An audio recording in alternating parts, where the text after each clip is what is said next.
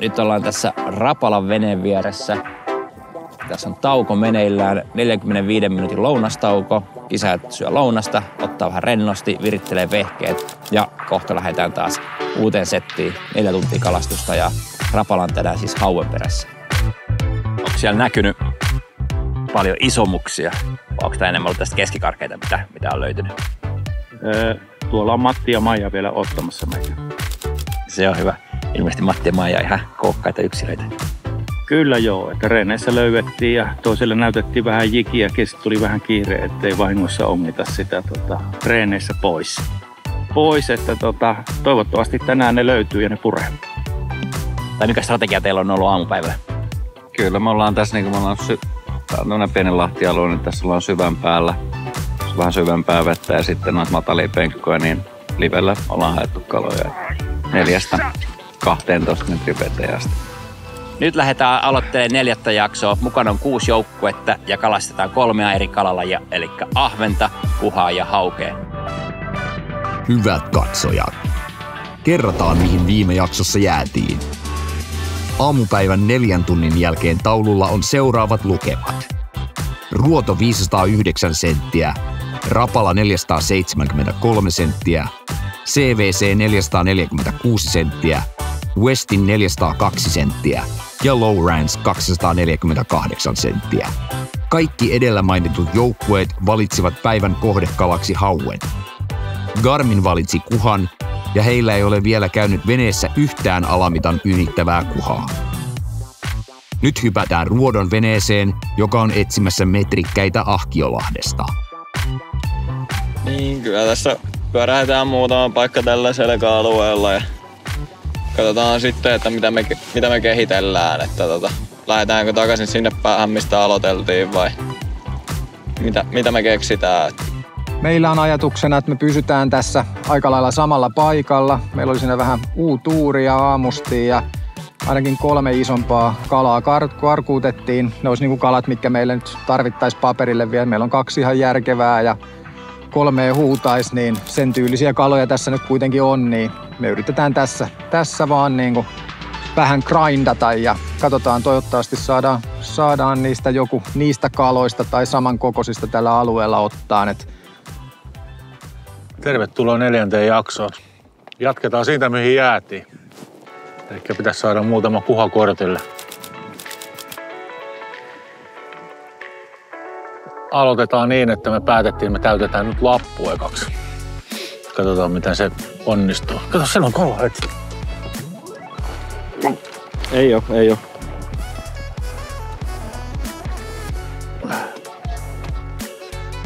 Viime jakson lopussa jäätiin hyvään tilanteeseen, oli kalaruudulla. Ollaan syöty 45 minuuttia, kala on edelleen tossa, saanut olla rauhassa. Ja nyt lähdetään yrittää se. Toivottavasti saadaan heti jakso alkuun huikea startti.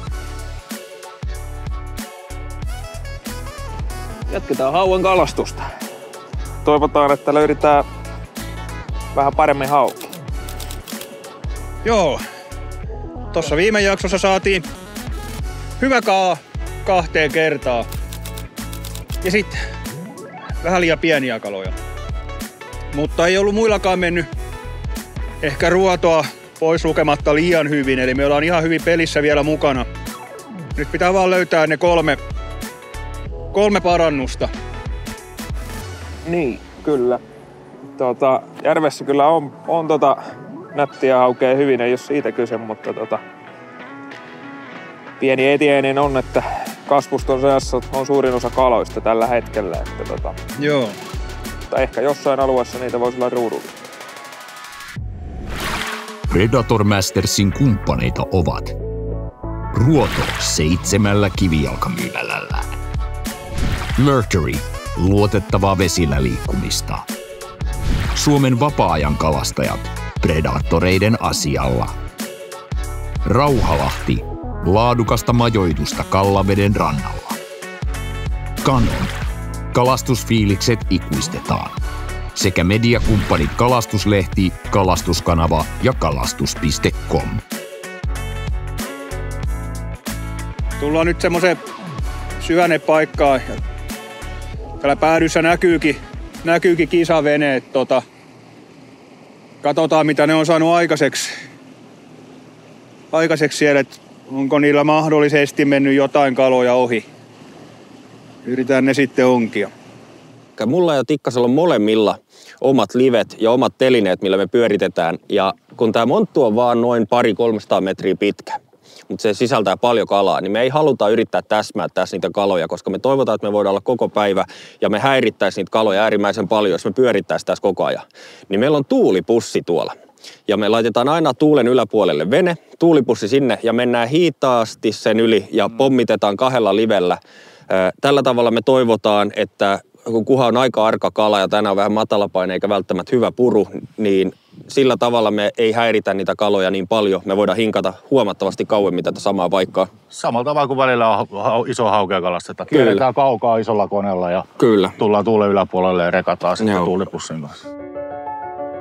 Rapalalla on tässä ilmeisen hyvä alue, missä on löytänyt kaloja pitkä aikaa pyörinyt tässä. Nyt tässä on itse asiassa Westin tulee samalle alueelle, mikä tietenkin vähän tiivistää tunnelmaa täällä, että samoista kaloista ruvetaan taistelemaan. Rapala on näköjään vallottanut meidän haukikulman täällä. Joo. Onko tää, Jani, tyypillistä tällaisen kisakalastukselle, että näin pienen alueella pyöritään, vaikka on niin valtava alue, missä voisi kalastaa? No joo, siellä on nyt itse asiassa justiinsa kala kiinni Rapalalla. Katsotaan minkä kokoinen, ja Rapala on tosiaankin meidän tuossa ihan vieressä.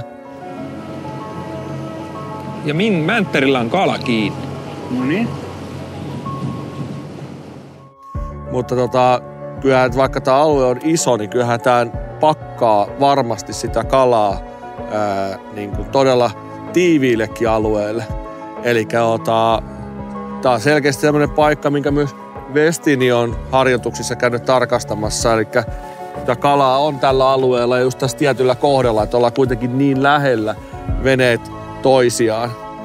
Ja tässä itse asiassa, missä Westini nyt ajaa, niin tuollahan on tämmöinen iso matalahko niin kuin taso. Eli siellä on 3 ja 4 metrin vettä ja sitten tässä, mitä se Rapala nyt on, niin me ollaan niin oikeastaan siinä rinteessä. Että nämä kalat on sekä tässä matalan puolella että tässä rinteessä ihan varmasti surffailee. Ja tuossa viistossa näkyy, että siellä on tosi paljon täkyä, mitä ne on sitten nuo kalat on syömässä. Eli kyllä tämä niin kuin erittäin hyvältä kalapaikalta näyttää. Ja vaikuttaa olevan ihan hyvä kala, mikä tuonne Rapalan veneeseen nousi. Mä katsoin, että semmoinen ehkä 90. Ihan sulle hanskavalikoima ja aivan pihdit tuolta. Mä siivotan toi.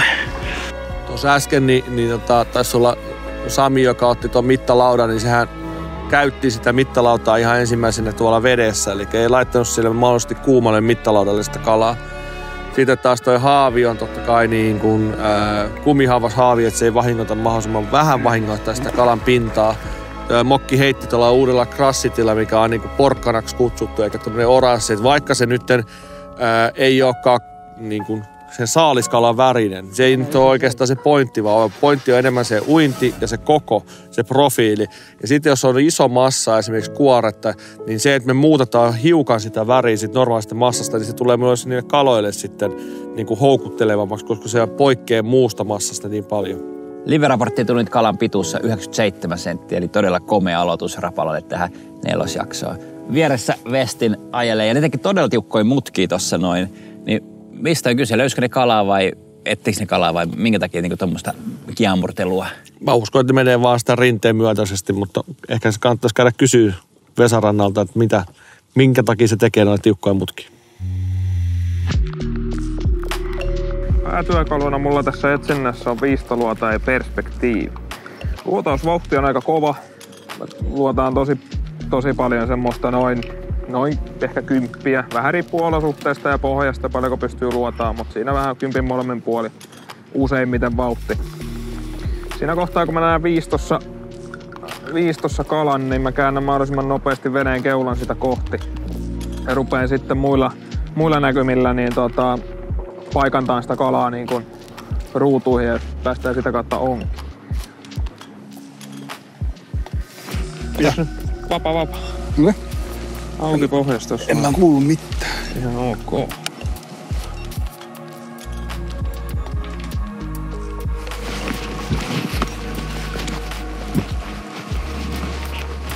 Sieltä tullaan.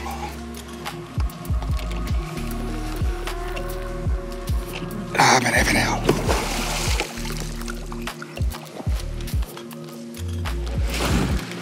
Sieltä. Nätti kala.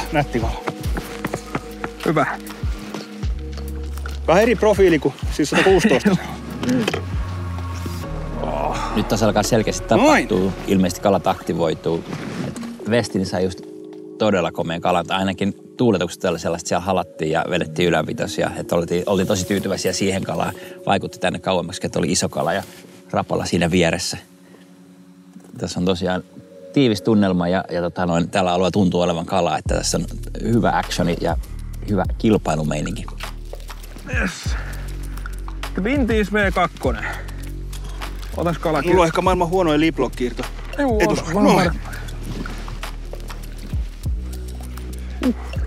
Tämmönen. Hieno. Ihan jäätävän paksu selkää. On kaunis kala. Näytä vähän. Siinä on hauesta mallia.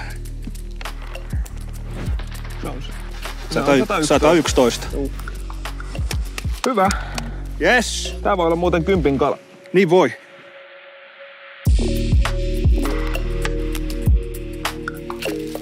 Näytti Vestin äsken saavan jonkun aika komeen kalan. Toivottavasti ei ollut meidän Matti tai Maija. Aika samalta penkalta näytti tulevan. Pohjassa makaava hauki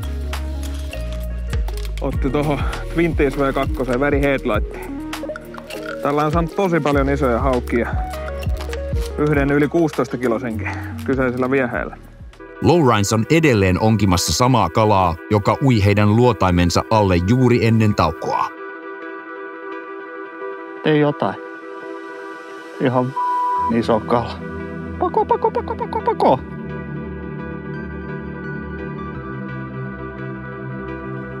Niin se meni. Sinne lähti. On aika iso kala.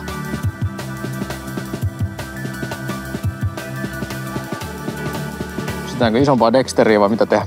Laita se vielä se luomu Dexteri siellä. Tai ei luomu, mutta se kulta-ahven. Silloin on majoneesi samalla äänessä. Niin siinä on majoneesi. Vähän tuota majoneesia. Ootko koettanut sitä, kun laittaa VD40 näihin, niin sit tulee? En oo kyllä kokeillut. Kannattaa. Se on jotain erikoista. Se on jäätävän kokoinen pölli kyllä oikeesti. Nyt lähti. Minne? Pois vai? Siellä menee. Myös pako? Kyllä. Mitä kävi? Mihin se nyt lähti?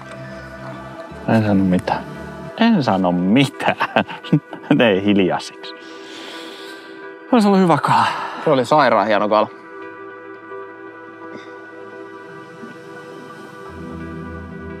Tällä hetkellä me ollaan myös matalassa lahdessa täällä. Etsitään haukia. Täällä on matalaa vettä, paljon semmoista 2 metrin vettä. Ja tässä nyt kun on käytössä toi uusi Lowrancen Scout 270 live, eli me nähdään 270 astetta ympärillemme livenä koko ajan. Se on käytössä kun 2 tuommoista normaalia Scout-kuvaa yhdistetty, niin me saadaan katettua tosi laaja alue tässä samalla aikaa. Nyt tässä uudessa Lowrance Active Target 2 on se mahdollisuus, että pystyy ne Scout-modot laittaa yhteen ja sä saat niinku valtavan 270 näkymän. Ja varmaan aika moni ihannoi siitä, että olisi se 360 näkymä, sitä ei ole vielä kellään tarjota, mutta ensimmäisenä Lowrance nyt tarjoaa sen 270 näkymän, mikä on jo tosi paljon. Niin ootko sä päässyt kokeilemaan sitä, että millainen se on? Joo, on. Ja meillähän on Ruodon isossa lundissa, niin meillä on 3 Active Target 2 laitettu just sillä tavalla, että meillä on eteenpäin ja sitten on se 270 näkymä. Ja tämä 270 näkymän avulla niin me saadaan saumattomasti se kuva siihen sisällytettyä 2 Scout-näkymää yhteen, minkä takia siitä tulee sitten niin iso.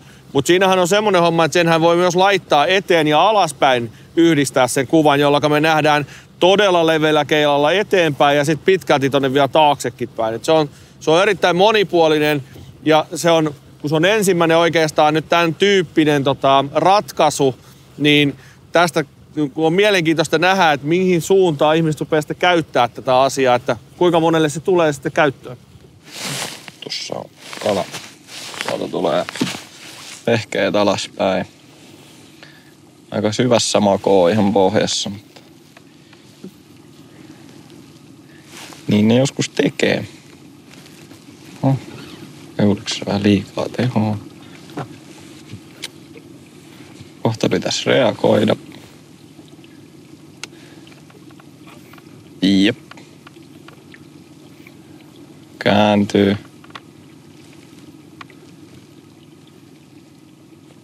Kääntyy. Hyvä. Kiinni.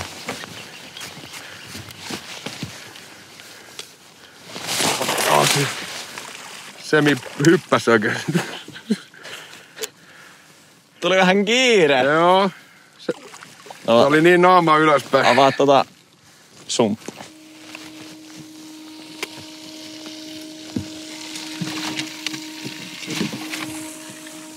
Joo, se oli niin ihmeessä se haukikin, kun se oli suoraan tuli ylös. Joo, se tuli sulle. Se on hyvä, kun se hyppäsi vielä ja suoraan kun se hypystä heilautti päätä, niin se yläkoukku otti sinne ihan yläpussiin kiinni. Joo, se on aina hyvä tilanne. Sitten alkoi nippu. 98 hauki. Hauki sieltä saatiin pieni parannus heti kortille.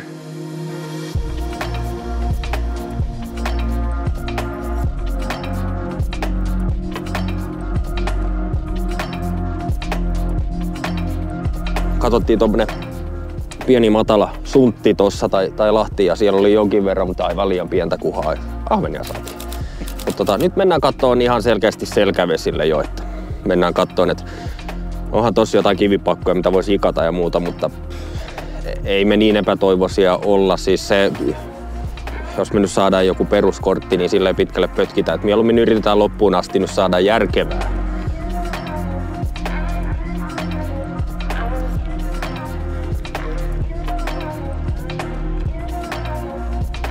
No, I don't think so. It's huge. Keep it still. Yep. That was high up. Yep.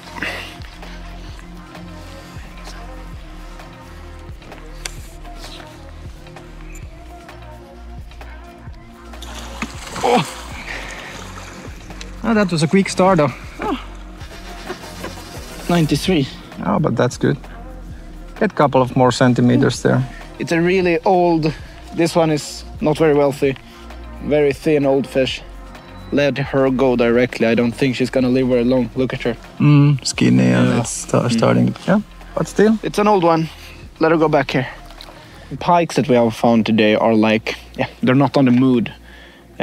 So when we get the right hit of the fish here on the live, we cast out, let it sink quite close to them, and just no movements, nothing. Just retrieve really slowly. So the pig shed just goes like slowly, like.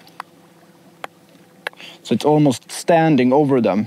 No like pulling or anything, just slowly. And then they have, as it has been now, they have been like, it passes them, then they rise, and then they take it from back.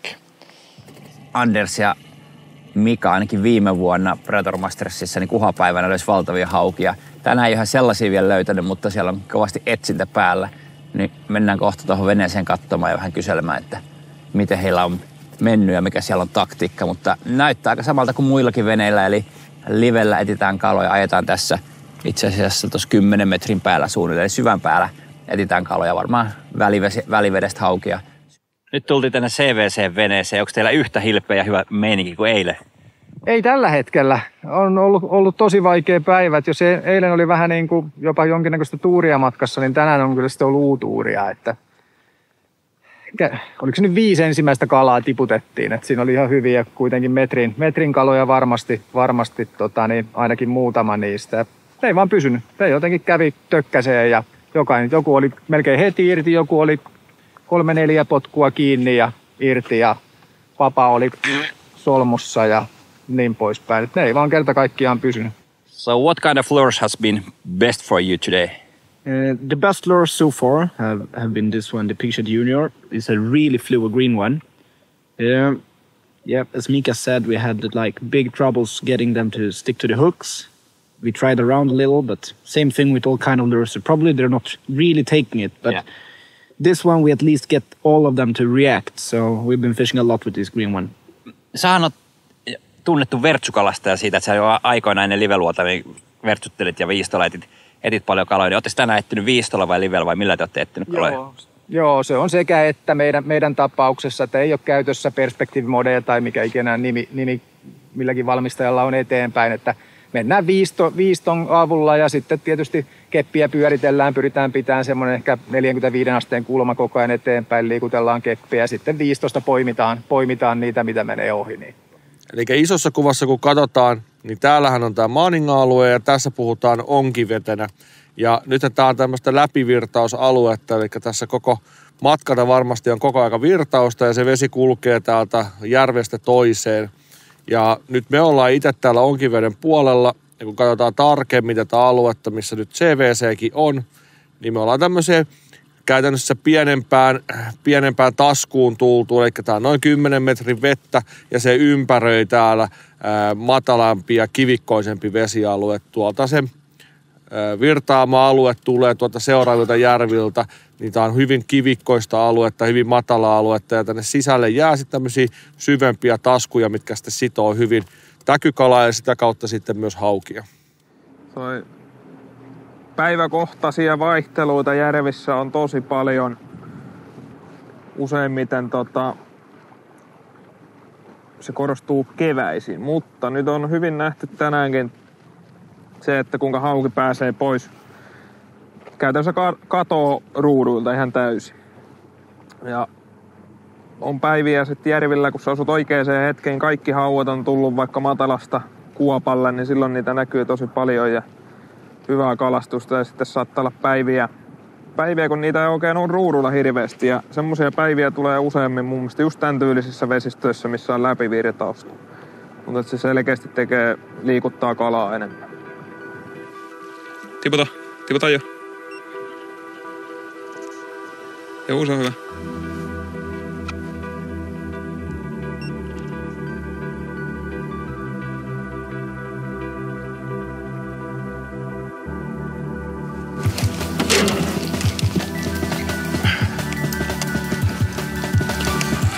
Yes!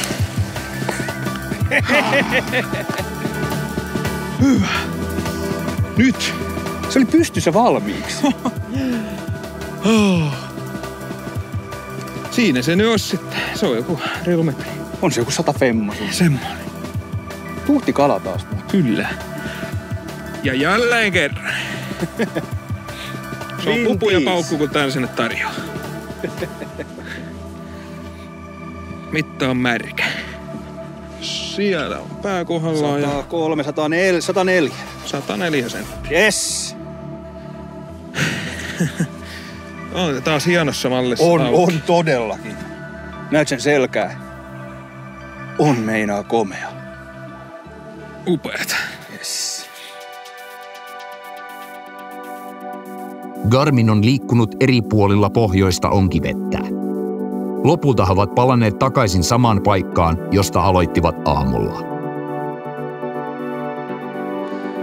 Kuha nousee, harva se heitto. Ei ole ihan alamitan täyttävää kalaa, mutta... Hei, Kuha! Kyllä me löydettiin kalaa nyt. Nyt pitää vaan saada se olemaan vähän isompaa. Jos se olisi pikkasen isompaa tuosta. Nyt lähdettiin täyttää korttia. Aamulla kun oltiin täällä, niin päästiin kalastaa isoja kaloja, mutta oli vähän ongelmia suhteellisen kovan tuulen kanssa ja siihen päälle vielä niin ne isot kalat varsinkin oli hirvittävässä liikkeessä, mutta me tultiin takas. Nyt ollaan selkeästi matalemmalla puolella, yritetään täyttää korttia. Sen jälkeen viimeiseksi tunniksi 2 tuohon yrittää saada niitä isoja, kun niitä on siinä. 890 nähtiin ja päästiin onkiin, mutta ei tahtonut ottaa.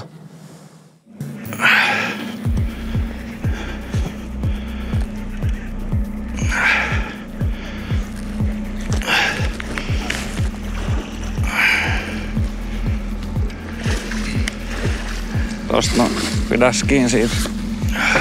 Onko metrinen? Tasan metri. 2 kalaa kun näkis loppupäivänä, niin se riittää mulle, jos ne on vaan 110, niin se on täysin riittävä mulle. Et mä voin luodata vähän pidempäänkin tyhjää. Joo, ei meillä tässä mihinkään kiire.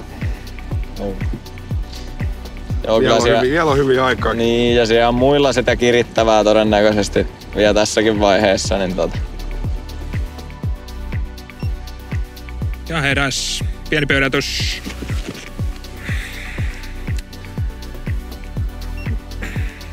Tämä sanoo, mitä ihmet siinä tapahtuu. Ota vähän vedet sua. Ota ylös se päät.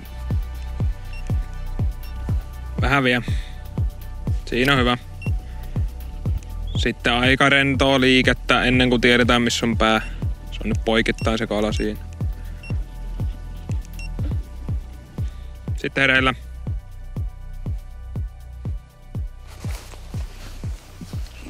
Saattaa olla just mitä me tarvitaan. Siinä ja siinä. Onhan se just se mitä me tarvittiin. Ja irti haavi. Irti haavista.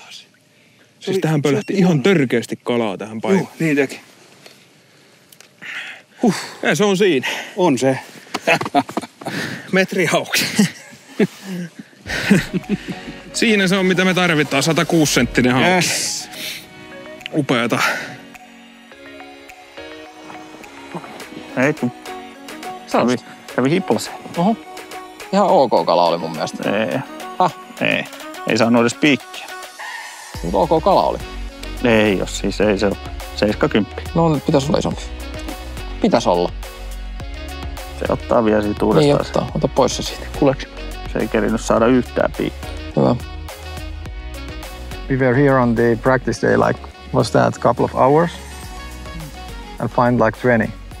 Now in like 10 hours you can see 6 of them.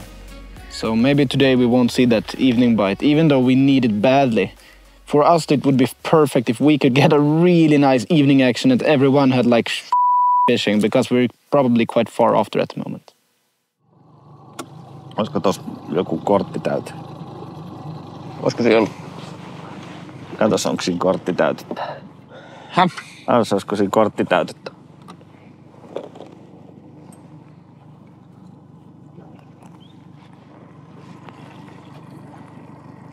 Onko se missä? Onko tossa?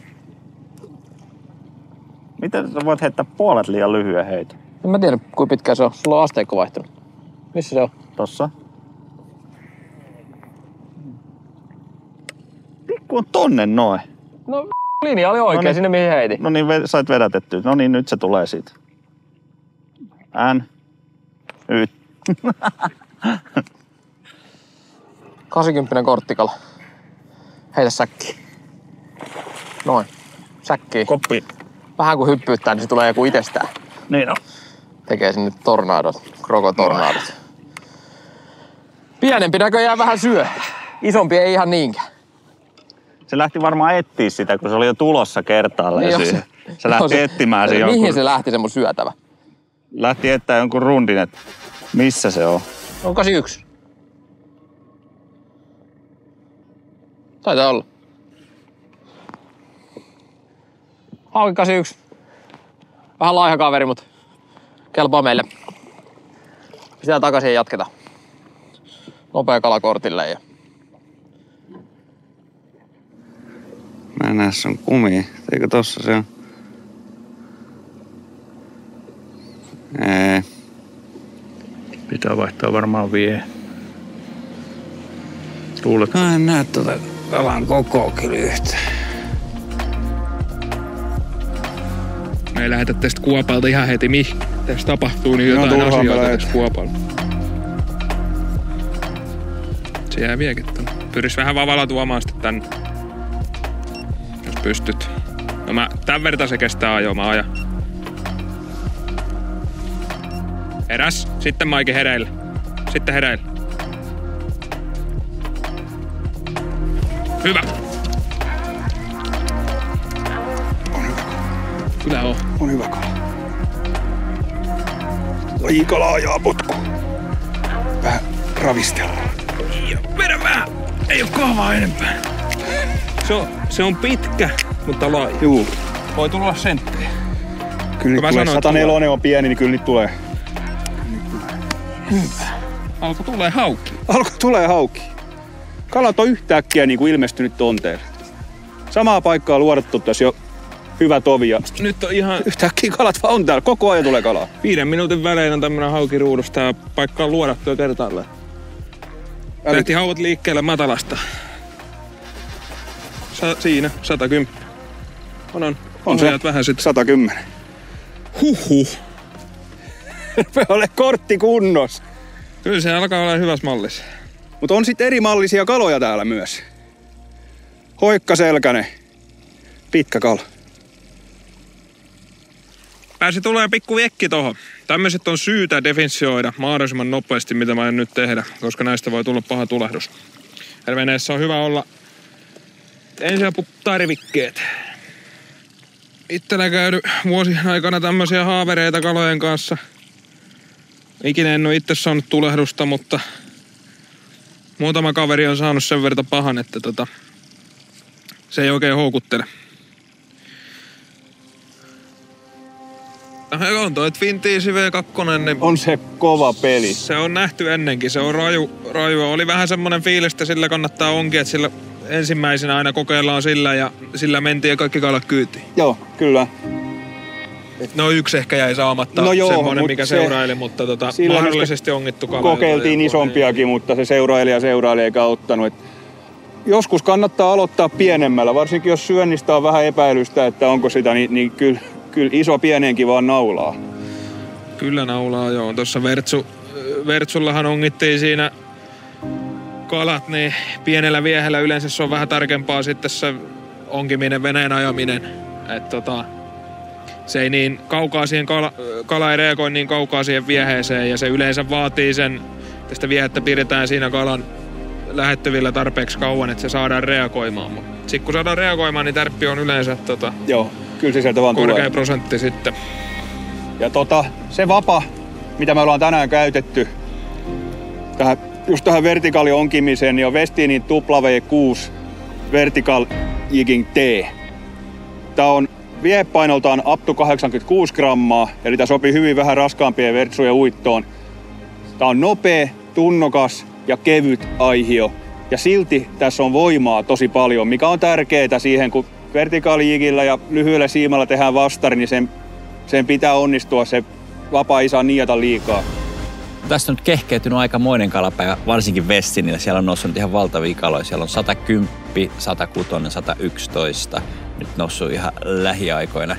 Sieltä on taas tulos olla jo 560, 559 taitaa olla tällä hetkellä tulossa. Se on aikamoinen, kun puhutaan oikeasti, että me ei olla 8 tuntia edes kalastettu. Kuitenkin aika suhteellisen uusi paikka myös niille. Ja jos nuo kalojen pituudet ei sinällään kerro mitään, niin puhutaan siis noin 10-12 kilon kaloista, eli aivan uskomattomia haukia. Rapala ja Westin on kuitenkin samalla alueella, ja nyt näyttää siltä, että Westin on selkeästi saanut isompia kaloja. Rapalakin on saanut siihen metrin pintaa, mutta sitten Westinin kalat on niinku sitä yhtä koko isompia. Niin mennään ottaa selvä, mistä se johtuu, että Westin on onnistunut vähän paremmin samalta alueelta. Joo, pakkohan siinä joku selkeä ero olla, että minkä takia Westin saa nyt taas isompia kaloja kuin Rapala. Minkä verran toi haittaa, kun tuohon toinen kilpailija tulee pyörii ihan vierelle, niin haittaako se keskittymistä ja meneekö siihen vähän huomio heihin enemmän kuin itse kalastukseen? No en mä tiedä, että meneekö se kokonaan se huomio siihen, mutta tietysti niskat pyörii kuin pöllöllä. Siellä näytti, että siellä oli vähän väliä oli niitä vapamutkalla. En mä semmoista näe. No se on hyvä. Sä oot Mokki kokenut kalastaja, niin jaappa tästä nuoremmille ja osaamattomimmille joku Mokin viisaus. Edellisessä haastattelussa mä olin kyllä aloittelija, mutta sanotaan niin, että elämän viisaus, iso viehe mahtuu ison kalan suuhun, pieni viehe mahtuu kaikkien kalojen suuhun. Siitä. Kiitos. Näillä opeilla mennään sitten eteenpäin. Huomenna tullaan saamaan paljon kuhaa. Älyttömän paljon kuhaa. Se nyt ei paljon lohduta tälle päivälle, mutta niitä on siellä reilusti. Mutta mitäs tälle voi? Meillä oli lähtökohtaisesti ajatus se, että me mennään täsmäämään isoja kuhia ja niitä isoja kuhia me päästiin täsmäämään. Tässä kun tultiin nyt takaisin tälle alueelle, missä Rapala ja Westin oli molemmat kalassa, niin Westin tuli itse asiassa meitä vastaan. Ne olikin päättänyt ottaa vielä siirtymän loppuun. Niillä on kortilla tosi kova tulos ja ilmeisesti siellä on joku suurhauki vielä tiedossa, mitä lähdettiin hakemaan.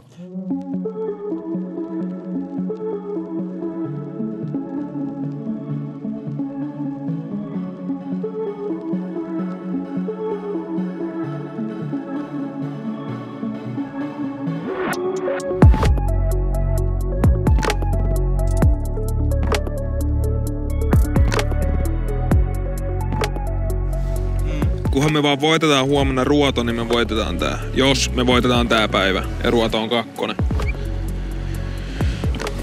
Niin kuin tällä hetkellä voisi olettaa. Niin. Mike ja Hannu analysoivat tilannetta, jossa he joutuivat jakamaan kalapaikan toisen veneen kanssa. Siinä hetken aikaa ongittiin Rapalan kanssa vierekkäin. Niin. Ei siitä ne oikein sillä haittaa. Muutaman kerran joutuu vähän muuttaa luotauslinjaa, ettei törmätä, mutta kyllä siinä Montula sen verta kuopalla koko, että siinä 2 mahtuu temmeltään 2 venettä. Siinä oli paikka, missä oli treeneissä haukia, mutta ei kyllä oletettu, että tommosia kaloja olisi siitä saa. Toki on hyviä kaloja, mutta ei ollut ehkä ihan noin kovat odotukset. Joo, siitä noin nopeasti tommoset kalat tulisi. Kyllä. Se kun se meidän ykköspaikka sakkas, tokalta paikalta tuli se 1 parempi kala. Niin oli pakko siirtyä ja tonne sit siirryttiin. Ajateltiin, että katsotaan se nopeasti läpi, mutta siinä sit oltiin jonkun aikaakin itse asiassa. Joo, ja hyvä niin. Ja Rapala oli hyvin houkutellut meille kalat esiin. Kyllä. Kiitos. Kiitos paljon. Hyvä Tikkanen. Hyvä Tikkanen. Koitan nyt katsoa. Häh? Kyllä mä väitän, että se on 4-5. Se on lappu! Se on lappu! Tällaisia me ollaan tässä lajissa. Nyt ollaan mennyt jututtaa Ruodon kavereita ja he on itse samalla alueella ollut aamupäivästä saakka. Aamupäivä alettiin ohi, niin silloin ne pyöritään samalla alueella ja edelleen ne siellä luotailee, vene pyörii. Ilmeisesti nyt siellä joku kala löytyi, kun tehtiin tiukka käännös. Ruodolla on ihan hyvä kortti. Ruotahan oli johdossa itse asiassa aamupäivän jälkeen ja nyt iltapäivästä siellä on tainnut tulla muutama parannus, mutta aika kaukana olla vielä kärkipaikasta. Mennään kysymään, mikä meininki on Ruodolla veneessä. Kapteenin toiminta näyttää siltä, että niin sanotusti Markos kuupissa, eli hauki on löytynyt, taitaa olla vaikea löytää, kun sitä kovasti haetaan siinä ehkä ihan pohjassa makava kala. Kalle osaa homman kyllä, että luulee, että kohta lähtee heittämään. No niin, nyt se otetaankin vapa käteen ja lähdetään hakemaan isoa haukea.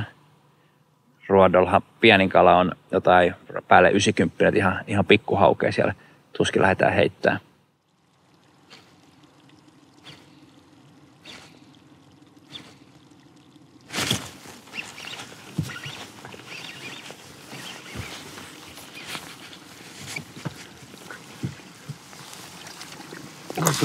Joo. Aika siihen. Aamupäivällä mä ajattelin teidän ohi tuosta, te olitte silloin pyöritte samalla alueella, edelleen samalla alueella. Ilmeisesti kova luotto tähän paikkaan. No joo, tässä on aika laaja matalikko ja sanotaan, että on mennyt ainakin 3 tuntia luodata edes koko matalikko läpi, että on tässä aika paljon aluetta ja on kyllä kova luottokin alueeseen, mutta ehkä olemme hyviä kaloja saatu, mutta ei ehkä ihan niin iso kuin mä odotin tästä saapelta. Tuossa ekassa raporttipuhelussa te olitte piikkipaikalle, niin miten tämä iltapäivä on mennyt? No ihan hyvin on mennyt, tai no hyvin ja hyvin, mutta aika paljon ollaan luodattu tyhjää. Käytiin tuossa toi Lahti-alue, käytiin läpi ja saatiinko pari 98, oliko 99kin sieltä tuli. Juu, pari kalaa, mutta todella paljon ollaan luodattu tyhjää ja sitten tietysti heittämättäkin paljon pientä kalaa. Se on aika raaka tommonen, kun on metrikaloja pienimmät kortilla, niin siinä joku sen kala ohitte kerkeä ajeleenkin. Teillä on selkeästi aika isot uistimet, millä olette lähtenyt, niin miten tämä toimii? Onko tämä, että pää myydään erikseen ja sitten itse rakennetaan yhdistelmä?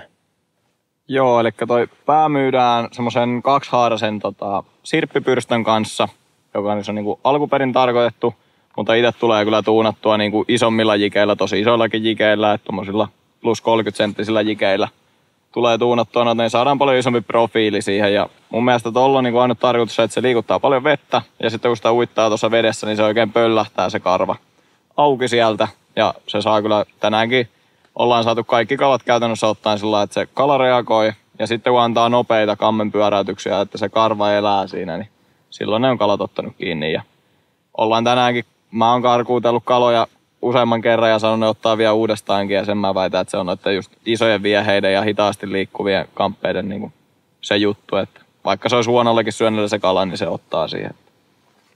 Eli nimet tälle uistimelle vielä. Joo, eli siinä on päässä on Miuros Maus ja sitten runkona siinä on Big Saddy. Ihan normaali 90-grammanen koko.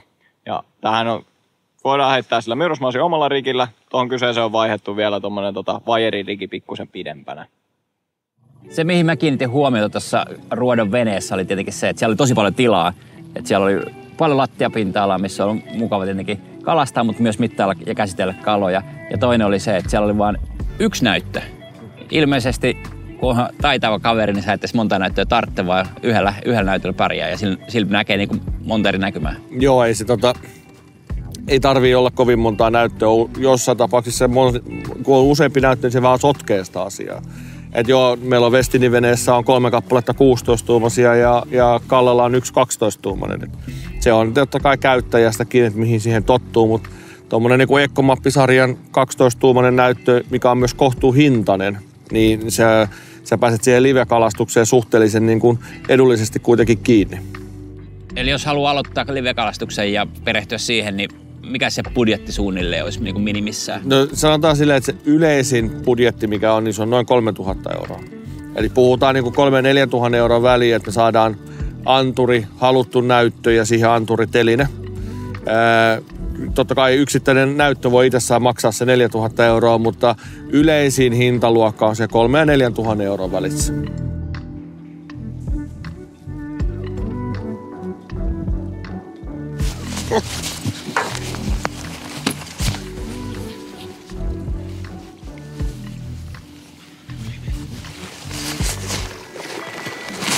On hyvä. On hyvä. On hyvä. Kamaa. Tää on vaikeet. Joo, seurailija teki jos jonkunnäköistä.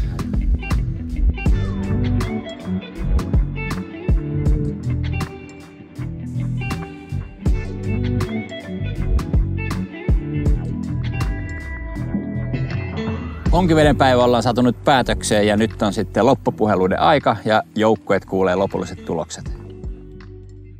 Tikkanen. Hei, kiitos. Oli hyvin rentouttavaa. Kyllä. Kalastaa kuhaa kanssa. Syötiin pizzaa, vedettiin kilo karkkia. Nyt soi puhelin. Ai että. Siinä kalastimme kuhaa. Suurin kala. 46 senttiä. Yhteistulos. 46 senttiä. Team Lawrence kalasti haukea ja suurin hauki 96 ja kokonaistulos 440. Isoin kala edelleen 116, yhteistulos 559. 112 edelleen isoin, yhteistulos 533. Rapala kalasti haukea, suurin 105 ja yhteistulos 502. CVC kalasti haukea epätoivoisesti 462. Nuottakodolla on sitten illallinen tämän jälkeen.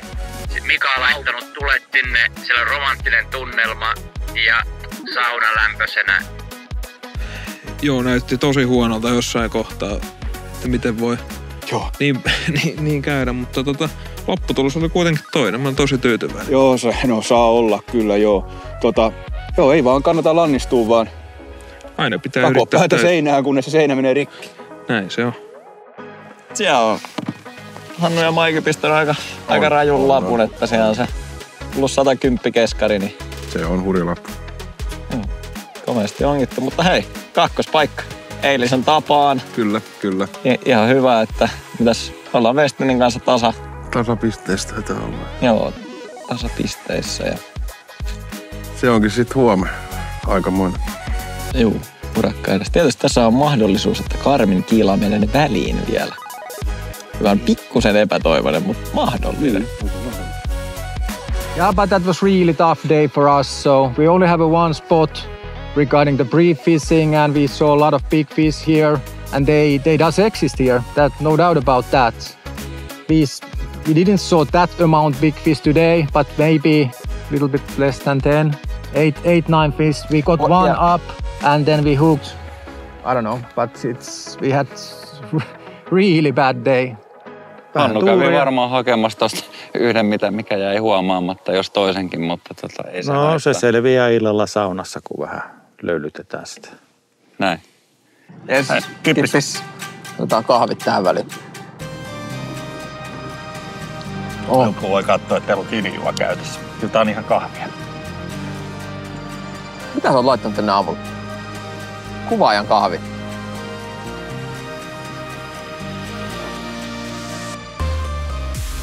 Otetaan vielä onkiveden tulostaulut esille. Päivän haukikunkut ovat Westinin Mike ja Hannu. 559 sentin haukilappu ongittuna 8 tunnissa on Masters-kilpailuiden paras suoritus kautta aikain. Keskipituus hivuttelee maagista 110 senttiä. Haukikortit ovat nyt rakentuneet valmiiksi kaikkien joukkueiden osalta ja lukemat ovat seuraavat. Westin 559 senttiä, Ruoto 533 senttiä, Rapala 502 senttiä, Garmin 501 senttiä, CVC 462 senttiä ja Lowrance 440 senttiä.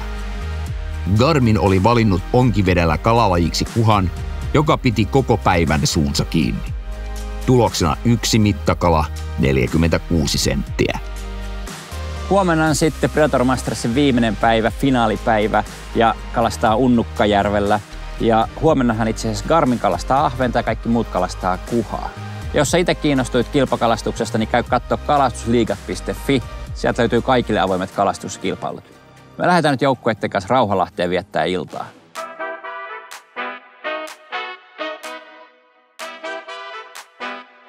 Jos yritys halusi järjestää täällä vaikka tämmöisen niin virkistys- kautta kalastuspäivän, niin millainen se konsepti voisi olla? No Rauhalahden alue ja sijaintihan mahdollistaa hyvinkin monenlaista.